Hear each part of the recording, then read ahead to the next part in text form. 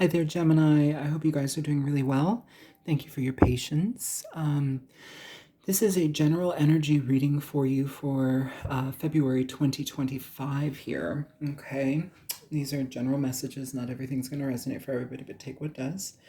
So we're going to hit your oracle energy. We've got family, community, your health, financial and career, relationship and connections. This doesn't have to just be romantic, that can be platonic as well, and also what you don't see coming. So let's start this out with your oracle, which is going to kind of flavor the whole reading. You have time for a nap, and this is it's a card of non-action. Sometimes it's active in action. So we're actively not engaging with situations for our benefit, for our rest, for our own self-nurturance, our own rejuvenation. It's asking for us to prioritize our physical and mental and energetic renewal. It's like renewing ourselves. So take time for yourself right now. Especially if you have big decisions to be making. This is actually asking you to focus on yourself and your own personal direction rather than what you're giving out to others. This is also it's a dream card as well. It asks us to be more so in alignment with what our dreams are speaking to us, what they're conveying to us, and how we convey and translate those dreams into our waking life. So there's that aspect as well here. You may be receiving visions, or you may be receiving information from your spirit guides, from your ancestors, from your whomever it is on the other side, or the etheric world that is present for you in support of you. Your family and your community here, we have the Fool in reverse. And so this can be interesting because it says, it can talk about bucking the system. It can also talk about not taking risks. In family and community, this also may be something where it's like you don't want to fall into line with how things have been done. Maybe you are a visionary, and I know a lot of Geminis are, very beautiful thinkers. But maybe you have a completely different vision and view or worldview that is not in alignment with people in your family or people in your community. So it's like you have to realize that maybe, to engage with these types of people would be to engage with people who are irresponsible or immature or maybe even just flat out stupid. And so it's like you might want to pull your energy back, because if you engage with that, it can be detrimental for your energy. With your community, it's like be mindful of the energy that you're around, be mindful about what you're hearing. I'm not saying ignore reality, but like you have to have your own filter, you have to have your own moral compass, you have to have your own way to look at things, because right now we're being influenced by a lot, and a lot of fear mongering, a lot of terror going on in our world right now. So be mindful about how you are being influenced here, okay? And also, too, it's okay to step away from family. Like, literally, it's okay to step away from family, especially if you've lost trust in them, or what the foundations that they have raised you in do not align with who you are. It's saying have the courage to go against traditional energy, go against what you've been taught, and just do you. But you have to step into that. You have to do you. It just can't be mental. You have to, you can't just be thinking about it. You have to take action in that. So here, some of you may be having a difficult time, like stepping away from people that are potentially influencing you, or stepping away from people that are just flat out toxic and making poor decisions in their life, and how it might rub off against you. Time for a nap. Remove your energy. Active inaction. And sometimes we have to apply that to people who are in our lives. Doesn't mean we get rid of them forever, but it's like, wow, I don't agree. I don't believe this. I don't believe you. You've somehow fallen, from where I saw you once, you have now fallen. So Remind yourself that it's okay to see people fall. It's okay to see people diminish themselves by their views or their actions or how they speak, and be mindful about your community, who are you around? So, health, your health energy. This is the Ten of Swords here, Gemini. The Ten of Swords is actually, in a health sense, first thing I think of is acupuncture. So some of you may be dealing with situations where you need to rest, rejuvenate. Maybe you're having issues with sleep because your life is kind of tied up with chaos right now. It may be something of an opportunity for you to find a physical avenue to healing and health. The Ten of Swords generally can talk also about like overkill, okay, in health. So sometimes this can be like overly obsessively connecting to, or glomming on to ideas. Like, uh, I used to work in a vitamin store, okay, years ago. And I was like, well, I think I might need more calcium, and so I started taking massive amounts of calcium. Big problem. I actually created issues, at that time with my heart, with, a lot of situations, and my calcium was through the roof. And my doctor was like, what is happening here? Oh, I did that to me. So sometimes like we can see a good thing and think, I'm just going to do more. I'm going to take more because more is better. Sometimes more is not better. Sometimes we need to be mindful of the things that we're absorbing, whether that be vitamins or collective community intention or whatever kind of like situation is infiltrating your energy. The Ten of Swords in your health says, I can't be a part of that. It can also talk about carrying energy in the back, the low back as well. In a spiritual sense, it can also talk about for your energetic health. It's saying free yourself from people or situations that are problematic and that are toxic in your life. So yeah, especially also too for those of you who have been in connections with doctors where they're just telling you, like, I'm gonna go out on a limb here. Sometimes doctors just tell you like things to prescribe more medications that might cause more issues for you. So if you can find an alternative route, say acupuncture or an acupuncture doctor who also practices herbal medicine, there are other alternatives that might be a more gentle approach. Herbs can just be as detrimental as drugs and pharmaceuticals. So just be mindful of how you imbibe, but, you know, there are other options. And so it also says the worst of the worst is over. You're turning a new leaf in your health and energy. Okay.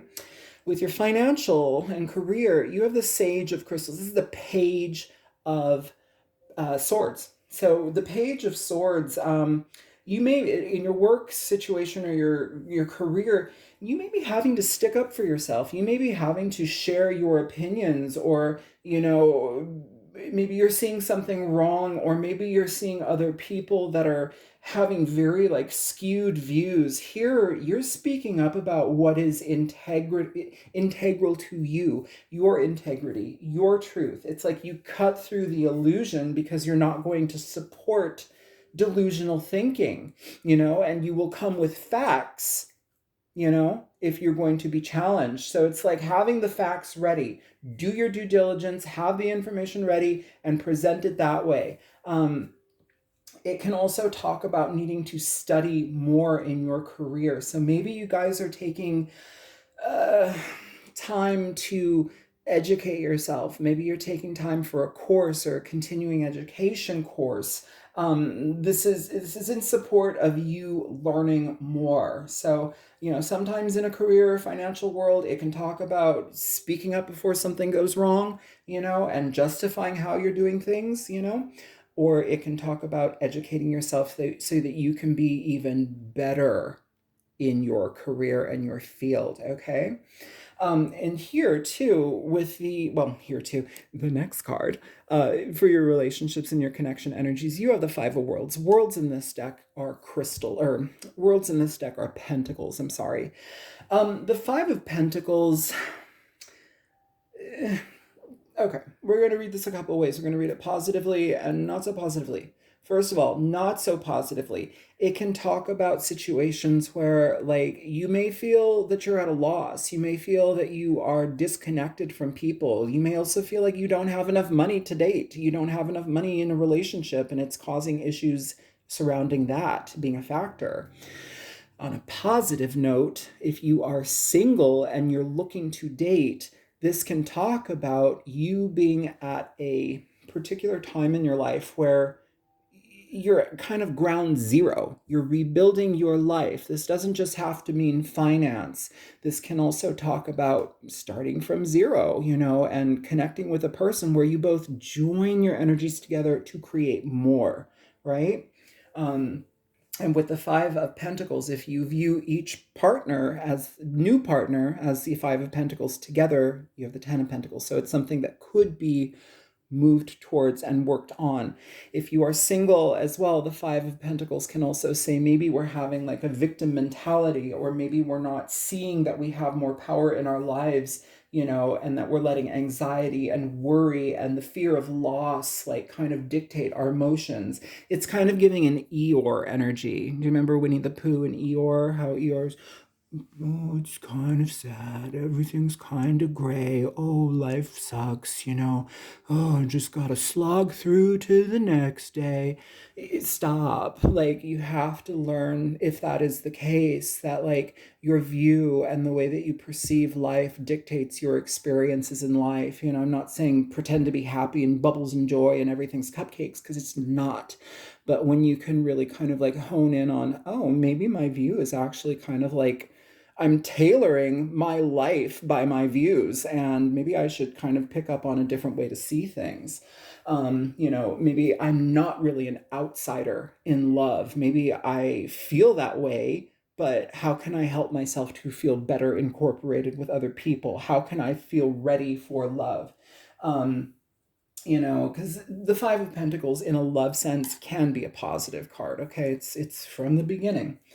In a partnership, the Five of Pentacles can talk about maybe our partner is, we're not seeing eye to eye in something, or maybe some aspect of our relationship they're rejecting, or maybe we are not like being supported in the way that we were. I also will say the Five of Pentacles in the Rider-Waite deck, you see two people walking in the snow. One's hobbling. The male is like in crutches, hobbling in the snow, and like the female is like clutching her little tattered shawl and like barefoot in the snow. But they're in front of a church, but they're not recognizing that. So it's saying sometimes if we are in a situation where maybe our partner's neglecting us, or maybe like we need assistance, we can find that assistance to assist in our connection, to deepen our bond, to help us find resource, whatever that may be.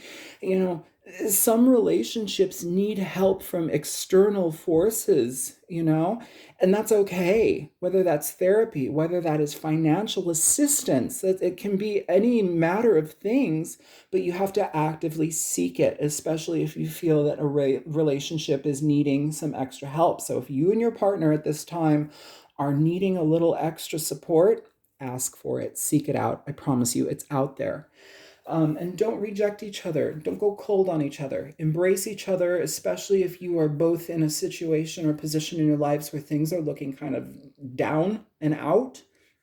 Bond together, not trauma bond, but bond together for the better and make things happen. This is about taking action. Sometimes we can see ourselves as being in the dark, but we're not. It's a perception. So take action to change that.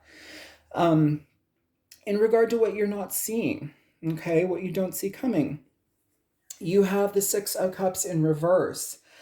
The Six of Cups in reverse can talk about nostalgia, but like clinging to the past, clinging to past thoughts, and oh, it was so good then and it's horrible now, and I just don't know what happened, but I'm going to hold on to those good memories. Maybe things will change, or it can talk about like also like being reactionary with the people who are closest to us. Maybe you're having a person in your life that you love. Maybe they've been with you for a long time, but maybe you're dealing with their out of balance emotions. You know, Sometimes this can also talk about situations in your life, especially, ooh, I've got like a whole cold bubble around me. That's an interesting feeling. Okay, I'm not sure what that's doing right now. I just know I'm kind of enveloped. So So hang on. Ooh, it's ice cold. What is going on? Um, yeah, with people in our lives, sometimes this can talk about somebody who doesn't feel like they can connect with you, but they want to. Maybe there is that longing and that desire to create something new, but maybe this person is also kind of taking a nap, quote unquote nap. It's figuring out how to rejuvenate and renew something, but at this point, there's a level of stagnancy and inaction that may be kind of like gumming up the works. This is also asking us if we do have people coming back into our lives, maybe that have been in the cold or we've put in the cold, whether that's family or not. It's saying, we have to be able to release old patterns, release the way that we have done things because they've been inefficient, inaccurate, they've gone against us. Um, Things have disintegrated. It's asking for new progressive ways of thought to how to address things. So you may have a person in your life that you don't see coming back into your experience to try to help things grow, to try to be more present in a situation. Maybe this is somebody who's even like done a lot of soul searching and they've kind of transcended who they were, certain aspects of who they were, to re engage with you. So just be mindful of those things being available in the future, okay? That's what I have for you, Gemini. I hope that this reading is helpful. I'll talk to you later. If you want a personal reading, contact me at thealtruisticmystic@gmail.com. Comment, like, subscribe, however you want to do it. I love you guys. Bye.